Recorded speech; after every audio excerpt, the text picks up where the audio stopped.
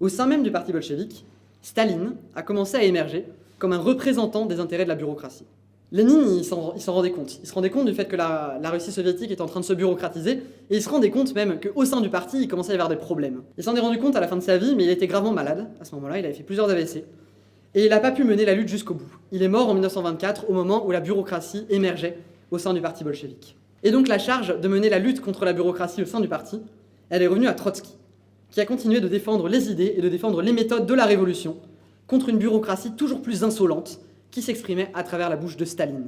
C'était en fait une lutte, non pas seulement une lutte entre personnes, comme c'est parfois résumé dans les manuels d'histoire, mais une lutte entre deux grandes forces sociales.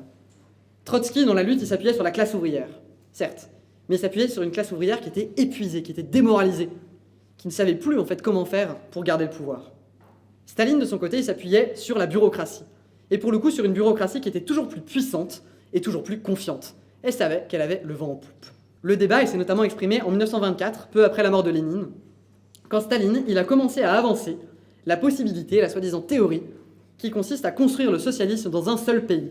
C'est-à-dire qu'en fait, finalement, le socialisme resterait confiné aux frontières de l'URSS et il n'y avait plus besoin de la révolution mondiale. Ça, c'était la théorie de Staline. C'était un reniement complet des principes de la révolution russe. C'était un reniement complet des idées de Lénine, c'était déjà un reniement complet des idées de Marx. Mais c'était le souhait de la bureaucratie.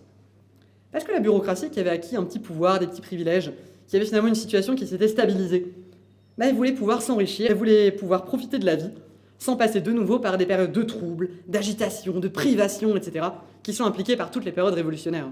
Et donc Trotsky, il a vu cette tendance, il a vu son immense danger, et s'y est fortement opposé.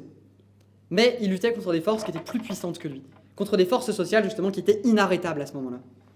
Et donc il a été progressivement évincé de la direction du Parti communiste, jusqu'à être exclu du Parti communiste, puis à être exilé de l'URSS. Peu à peu, Staline il a établi un régime totalitaire. Le but de ce régime totalitaire, c'était de maintenir le pouvoir de la bureaucratie sur la société. C'était de défendre les privilèges de cette couche privilégiée et de protéger cette couche privilégiée de toute forme de critique et de toute limitation de ses privilèges. C'est pour ça, en fait, que le régime était aussi violent, aussi brutal en URSS.